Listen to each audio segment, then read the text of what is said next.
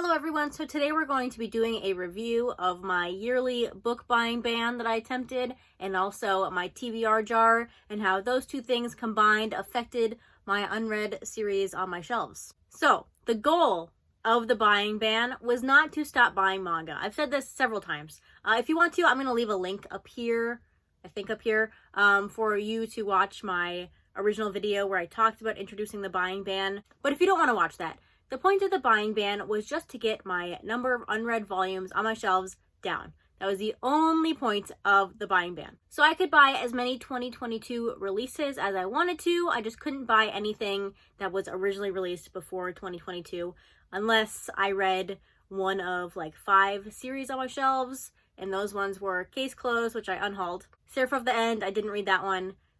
Blade of the Immortal, Pandora Hearts, I read those 2 this month. And then there was one more, I can't remember what the last one was. But anyway, I don't think I buy too much manga, so the point of the buying ban was not to completely stop me from buying manga. It was just an attempt to help me control my TBR, because I do feel like my TBR has gotten a little bit out of hand. So I've noticed that year by year, I read more and more manga every single year, but my number of unread volumes on my shelves has gone up every single year. So this year was kind of an experiment to see if I can control that, what I can do to get that number down, because I don't like having so many unread manga on my shelves. I would like to have them almost entirely read, but I needed a little kickstart to get that going. So in terms of that one main goal of getting my number of unread volumes down, I accomplished it. At the beginning of the year, I had about 750 unread volumes on my shelves, and now at the end of this year, I have about 575. So yes, that TBR is still bigger than some people's entire collections. I understand that, but it is a work in progress, and so far, I would say it's going well. Now, I've attempted buying bans in the past. Usually it was book buying bans, so novels, but this is my first time doing a manga buying ban, and usually when I did a buying ban before, if I broke it, I just kind of gave up, and the buying ban didn't exist anymore, and I just kept buying more stuff, and it didn't go well. But this year, I did break it a couple times. The most glaring one was when I went to Half Price Books one month and I bought a ton of stuff I shouldn't have.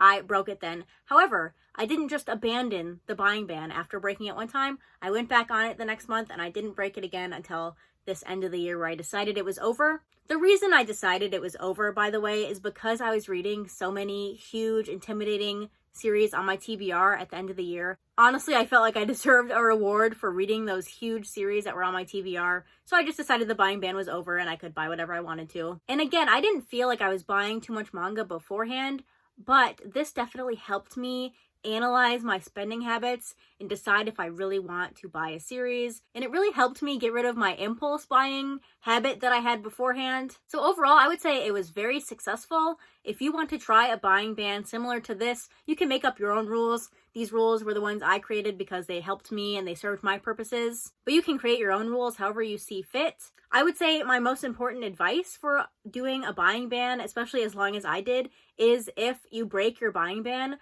don't be afraid to just be like, okay, I broke it. Let's go ahead and continue with it. Don't just give up on it. Also, I know that some people would have a problem with the loopholes I had. Some people, if they had loopholes, they just would go ahead and keep buying manga and the loopholes would just not help. If I didn't have those loopholes, like the 5 series I had to read, and if I read those and I could buy a manga, if I didn't have those loopholes, I would not have been able to do this at all. So I personally needed those, but again, it could not work for some people. And also having a goal in mind, I would say, is pretty important. Again, my goal was to get my number of unread volumes down. I succeeded in that. For some people, it may be they want to limit their spending in the month, something like that. But having a set goal that you can track and analyze, I feel like is very helpful for something like this. So that was the manga buying ban side of this video. Overall, very successful. If you have any questions about that, let me know in the comments. I'll reply to those. But my other year-long project this year to help get my TBR down was a TBR jar. So I did this video almost every month. I think I skipped June and December just to kind of catch up on things. But these videos are easily my most fun videos to film. I always look forward to filming these videos. Honestly, I film them super early in the month just because I want to know what I'm going to be reading for the next month, and they're so much fun. And the TBR jar also works for me very well. Overall, every single prompt I picked out of the jar, I read, except for one time, I think it was in May, I picked Cherry Magic, and I never read Cherry Magic. But other than that, the only other time I ended up not completing the TBR was this month or November and December, just because there were so many intimidating manga on that list that I couldn't do it. But I did end up reading the most intimidating ones out of that list. So that was Pandora Hearts, Blade of the Immortal, and I'm halfway through Nambaru no O. And that was the purpose of the TBR jar. It was to get these series that have been on my shelves for years and years unread, finally read and off my TBR. And even besides those really big series at the end of the year, I ended up completing some really intimidating manga on my TBR. So the other ones were Evangelion, Rose of Versailles, Devilman, Oku, and I've caught up with Golden Kamui. So not all of these series directly came from the jar. I didn't pull all of them out of the jar, but being forced to read those intimidating series from the jar made it easier for me to pick up other intimidating series myself. And honestly, after this year, I really don't have too many other series that are as intimidating as the ones that I managed to complete this year. So yeah, overall, the TBR jar was also another incredible success. I really love filming the videos. I know that they don't get a lot of views, but I know that the people who watch those videos really enjoy them. And so the TBR jar is definitely returning in 2023. I just have way too much fun with it to not do it anymore. And getting my number of unread volumes on my shelves down is a goal I'm going to continue for the next couple years, and the TBR jar will hopefully continue to help with that. So if we're thinking about long-term goals here, ideally I want my number of unread volumes to be at around 200 volumes. This is going to take a while. I presume it's going to take at least 2 years to get it down to that number.